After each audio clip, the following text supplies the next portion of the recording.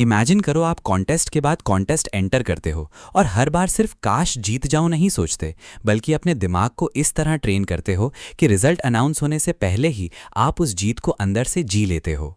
और बिल्कुल यही चीज़ हेलीन हैट्सल को मशहूर बना गई, जो बार बार कॉन्टेस्ट सेंटर करती थी और बार बार प्राइजेस के साथ घर आती थी, जिसमें एक फुली फर्निश्ड घर जीतने की फेमस स्टोरी भी शामिल है। सवाल यह है कि क्या ये सिर्फ लक था या कुछ ऐसा जो उनके दिमाग के अंदर हो रहा था, जो बाद में बाहर दुनिया को दिखता था।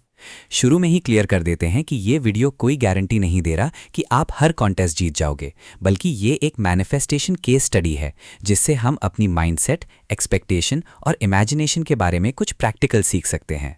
और डेकेड्स बाद भी लोग उनकी स्टोरी डिस्कस करते हैं, क्योंकि उन्होंने अपने कॉन्टेस्ट विनिंग फिलॉसफी को एक सिंपल, रिपीटेबल फ्रेमवर्क में ढाल दिया था जिसे वो स्पेक कहती थी। सबसे पहले समझते हैं लक और मेंटल प्रेपरेशन के बीच का फ़र्क।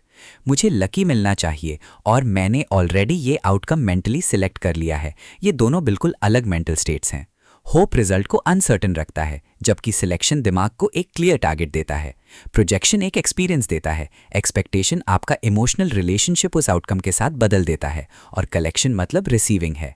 इसका मतलब ये नहीं कि यूनिवर्स आपको कुछ देना ही है, इसका मतलब है कि ये मेथड आपकी इंटरनल स्टेट और बिहेवियर को बदल देता है, और वही इंटरनल शिफ्ट असली फर्क लाती है। अब बात करते हैं स्पेक्टे पहले स्टेज की, सिलेक्ट। एग्जैक्टली वही चीज़ चुनना जो आप चाहते हो। मुझे सक्सेस चाहिए जैसा वेग स्टेटमेंट काम नहीं करता, क्योंकि दिमाग को पता ही नहीं चलता कि उसका टारगेट क्या है। इसके बजाय मुझे ये स्पेसिफिक अपॉर्चुनिटी चाहिए, या मुझे ये पर्टिकुलर करियर माइलस्टोन अचीव करना है, जैसा क्लियर स्टेटमेंट दिमाग को एक डायरेक्शन देता है। स्पेसिफिसिटी मेंटल एम्बिग्विटी कम करती है, चाहे वो कॉन्टेस्ट गोल हो, career goal, financial goal, creative goal या पर्सनल गोल। रिलेशनशिप गोल्स में भी ये समझना ज़रूरी है कि सिलेक्ट करना किसी के फ्री विल को कंट्रोल करना नहीं होता, आप सिर्फ अपनी डिज़ायर्ड एक्सपीरियंस को डिफाइन कर रहे हो। दूसरा स्टेज है प्रोजेक्ट, जहां आप मेंटली उस डिजायर्ड आउटकम को एक्सपीरियंस करते हो।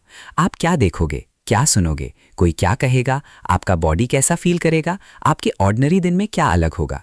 नेविल गॉडार्ड ने भी इमेजिनेशन को सबसे पावरफुल टूल बताया था, क्योंकि एक छोटा क्लियर मेंटल सीन एक कॉम्प्लिकेटेड और बार बार बदलती फैंटेसी से ज़्यादा इफेक्टिव होता है। आप पूरी मूवी बनाने की ज़रूरत नहीं, बस एक शॉर्ट सेंसरी रिच सीन काफ़ी है। तीसरा और सबसे गहरा स्टेज है एक्सपेक्ट। यहाँ होपिंग, विशिंग और एक्सपेक्टिंग में फ़र्क समझना ज़रूरी है। एक्सपेक्ट करने का मतलब ये नहीं कि मुझे एग्जैक्टली पता है ये कब होगा, बल्कि इसका मतलब है मेरा दिमाग अब इसको इम्पॉसिबल नहीं मानता। ये सीधा नेविल के state of the wish fulfilled और लिविंग इन द एंड से जुड़ता है, फीलिंग ऑफ पोजेशन, जहाँ आप उस आउटकम को ऑलरेडी अपना मान लेते हो।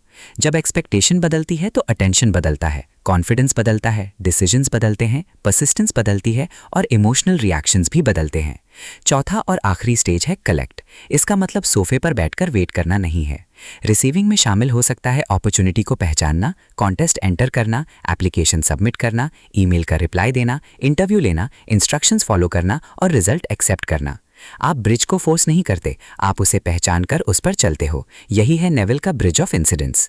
हेलीन का SPEC select, project, expect, collect, और नेविल का approach desire, imagine, assume, feel, persist, live in the end, दोनों इंटरनल एक्सेप्टेंस को एक्सटर्नल कंफर्मेशन से पहले रखते हैं।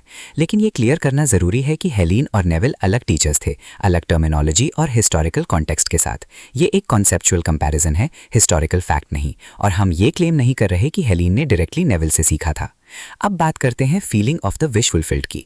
ये फीलिंग ज़रूरी नहीं कि एक्साइटमेंट हो, ये रिलीफ हो सकती है, नॉर्मैलिटी हो सकती है, कॉन्फिडेंस हो सकती है, सेटिस्फैक्शन हो सकती है, या क्वाइट सर्टेनिटी हो सकती है। सोचिए, अगर आपको प्रमोशन चाहिए तो आप ऑफिस में कैसे चलोगे, कैसे बात करोगे, प्रेज मिलने पर कैसे रिएक्ट करोगे। अगर आपको सक्सेसफुल यूट्यूब चैनल चाहिए तो आप वीडियोस बनाने का अप्रोच कैसे रखोगे, कंसिस्टेंसी के बारे में कैसा फील करोगे। ये सवाल पूछना प्रैक्टिकल है, क्योंकि ये आपको उस आइडेंटिटी के करीब ले जाते हैं जो आप बनना चाहते हो। स्पेसिफिसिटी इंपॉर्टेंट है, क्योंकि वेग डिजायर, मुझे बेटर लाइफ चाहिए, दिमाग को कोई क्लियर टारगेट नहीं देता। मुझे ये मेजरेबल गोल अचीव करना है जैसा स्पेसिफिक स्टेटमेंट क्लैरिटी देता है। लेकिन स्पेसिफिसिटी कंट्रोल नहीं है। आप अपनी डिजायर्ड एक्सपीरियंस स्पेसिफाई कर सकते हो, जबकि पाथ नेचुरली अनफोल्ड होने देते हो। मेंटल डाइट भी उतनी ही इंपॉर्टेंट है जितना कि विजुअलाइजेशन। आपकी डोमिनेंट इंटरनल कॉन्वर्सेशन मैटर करती है। मैं हमेशा हारता हूँ, दूसरे लोग ज़्यादा लकी हैं, मुझे कभी अपॉर्चुनिटी नहीं मिलती, मैं इनफ नहीं हूँ, मेरा चांस हमेशा मिस हो जाता है। ये सेंटेंसेस अगर बार बार रिपीट होते हैं तो वो आपकी आइडेंटिटी बन जाते हैं। इन्हें रिप्लेस करो, मैं अपॉर्चुनिटीज़ एक्सपेक्ट करता हूँ, मैं केपेबल हूँ, मैं पॉसिबिलिटीज़ नोटिस करता हूँ, मैं फॉलो थ्रू करता हूँ, मैं खुद को सक्सीड करने देता हूँ। ये नेविल के मेंटल डाइट कॉन्सेप्ट से डायरेक्टली जुड़ता है। कुछ महीने पहले मेरे इंस्टाग्राम पर एक क्लाइंट ने अपनी मैनिफेस्टेशन जर्नी शेयर की थी, जिसे प्राइवेसी के लिए हम नैना नाम दे देते हैं। वो एक फ्रीलांस इलस्ट्रेटर थी जो सालों से क्रिएटिव कॉम्पिटिशन्स में एंटर करती थी, लेकिन कभी कुछ सिग्निफिकेंट नहीं जीता था, क्योंकि वो हर बार अपने आप को दूसरे आर्टिस्ट से कंपेयर करती थी। वो जजेस के प्रोफाइल्स देखती, पुराने विनर स्टडी करती, कॉमेंट्स पढ़ती और खुद से कहती वो मुझसे ज़्यादा टैलेंटेड हैं, मेरा काम काफ़ी नहीं है, शायद मैं नहीं जीतूंगी। वो टेक्निकली एंटर करती थी, लेकिन मेंटली रिजेक्शन एक्सपेक्ट करके एंटर करती थी। जब उसने हेलीन हैट्सेल और स्पेक के बारे में पढ़ा तब पहले उसने सोचा ये टू सिंपल लगता है, लेकिन उसने डिसाइड किया एक स्पेसिफिक क्रिएटिव कंपटीशन पर इसे टेस्ट करने का। उसने सिलेक्ट किया सिर्फ जीतना है नहीं, बल्कि एग्जैक्टली डिफाइन किया कि जीतने का मतलब उसके लिए क्या है। उसने प्रोजेक्ट किया, अनाउंसमेंट ईमेल खुलते देखा, अपना नाम देखा, एक क्वाइट शॉक फील किया, अपनी बहन को कॉल किया और सुना मुझे पता था तुम कर सकती हो। फिर आई एक्सपेक्ट वाली स्टेज, जो सबसे मुश्किल पार्ट था। उसने बार बार कंपटीशन पे चेक करना बंद कर दिया, कंपेयर करना बंद किया, दोस्तों से पूछना बंद किया कि उन्हें क्या लगता था। वो बस अपना काम कंटिन्यू करती रही। फिर आया अनएक्सपेक्टेड पार्ट। कॉन्टेस्ट का रिजल्ट एक्सपेक्टेड टाइम पर अनाउंस नहीं हुआ। पुरानी नैना स्पाइरल हो जाती। नई नैना ने खुद से कहा मुझे अनसर्टेनिटी को फिर से अपनी आइडेंटिटी नहीं बनाना। आखिरकार अनाउंसमेंट आया, उसने जीता। लेकिन स्टोरी को यहीं खत्म नहीं करते। असली ट्रांसफॉर्मेशन ये नहीं था कि उसने जीत लिया, असली ट्रांसफॉर्मेशन ये था कि वो ऐसी इंसान बन गई जो जीत सकती थी। उस नई आइडेंटिटी ने उसकी पूरी करियर को अफेक्ट किया। ज़्यादा सबमिशंस, बेहतर नेटवर्किंग, ज़्यादा कॉन्फिडेंस, बेहतर पोर्टफोलियो, नए अपॉर्चुनिटीज़। वो एक कॉन्टेस्ट सिर्फ एक डोरवे बन गया, पूरी मैनिफेस्टेशन नहीं। यही है नेविल के ब्रिज ऑफ इंसिडेंट्स का असली मतलब। अब इस स्पेक मेथड को 2026 के मॉडर्न गोल्स पर अप्लाई करते हैं। यूट्यूब ग्रोथ के लिए सिलेक्ट करो अपना स्पेसिफिक सब्सक्राइबर या व्यू गोल, प्रोजेक्ट करो कॉमेंट्स पढ़ते हुए खुद को, एक्सपेक्ट करो कंसिस्टेंसी के साथ, कलेक्ट करो हर वीडियो अपलोड करके। करियर अपॉर्चुनिटीज के लिए सिलेक्ट करो स्पेसिफिक रोल, प्रोजेक्ट करो इंटरव्यू रूम में कॉन्फिडेंट बैठे हुए खुद को, एक्सपेक्ट करो नेचुरली, कलेक्ट करो एप्लीकेशन भेजकर। यही principle freelancing, business, scholarships, public speaking, exams और पर्सनल गोल्स पर भी अप्लाई होता है। कुछ कॉमन सवालों के जवाब भी जरूरी हैं। क्या हेलीन हर कॉन्टेस्ट जीती थी? नहीं। उनका रिकॉर्ड इंप्रेसिव था, लेकिन हर जीत का गारंटी नहीं था। क्या लूजिंग का मतलब मैनिफेस्टेशन फेल हो गया? बिल्कुल नहीं। हारना एक डेटा पॉइंट है, आइडेंटिटी नहीं। क्या आपको रोज विजुअलाइज करना जरूरी है? कंसिस्टेंसी हेल्पफुल है, लेकिन परफेक्शन नहीं। अगर विजुअलाइजेशन के दौरान कुछ फील ना हो तो प्रैक्टिस के साथ ये डीपन होती है। क्या स्पेक रिलेशंस के लिए यूज हो सकता है? हाँ, लेकिन किसी के फ्री विल को कंट्रोल करने के लिए नहीं, बल्कि अपनी खुद की रेडीनेस और ओपननेस बढ़ाने के लिए।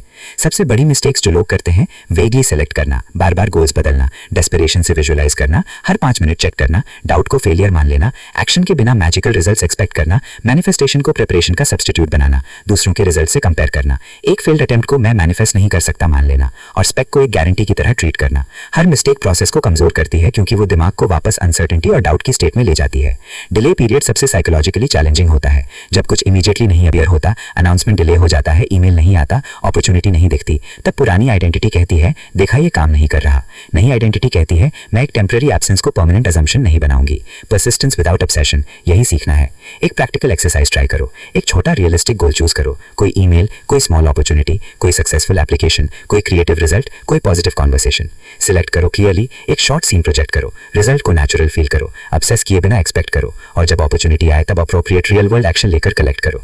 आखिर में आपको हेलीन हैट्सेल बनने की जरूरत नहीं, हर कॉन्टेस्ट जीतना जरूरी नहीं, किसी को मैनिफेस्टेशन प्रूव करने की जरूरत नहीं। बस इतना समझना है मुझे उम्मीद है और मुझे एक्सपेक्ट है में फर्क होता है। मुझे विश है और मैंने इसे पॉसिबल मान लिया है में फर्क होता है। मैं कोशिश कर रहा हूं बनने की और मैं अभी वही बन रहा हूं में भी फर्क होता है। शायद मैनिफेस्टेशन लक के बारे में नहीं है, शायद ये उस आइडेंटिटी के बारे में है जो हमेशा हारने की एक्सपेक्टेशन के लिए मेंटली अनअवेलेबल हो जाती है, और जो डोर्स पहले दिखते नहीं थे उनमें से कई बार वो इंसान चलकर निकल जाता है। कमेंट में बताओ आप कौन सा एक छोटा गोल इस हफ्ते स्पेक के साथ टेस्ट करोगे। अपनी करंट सेल्फ कॉन्सेप्ट के बारे में भी सोचकर बताओ, आप खुद को किस तरह का इंसान मानते हो जब अनसर्टेनिटी आती है। अगर ये वीडियो आपको कुछ नया सोचने पर मजबूर कर गया तो चैनल को सब्सक्राइब करना मत भूलना, और अगली वीडियो में हम इस जर्नी को और आगे ले जाएंगे।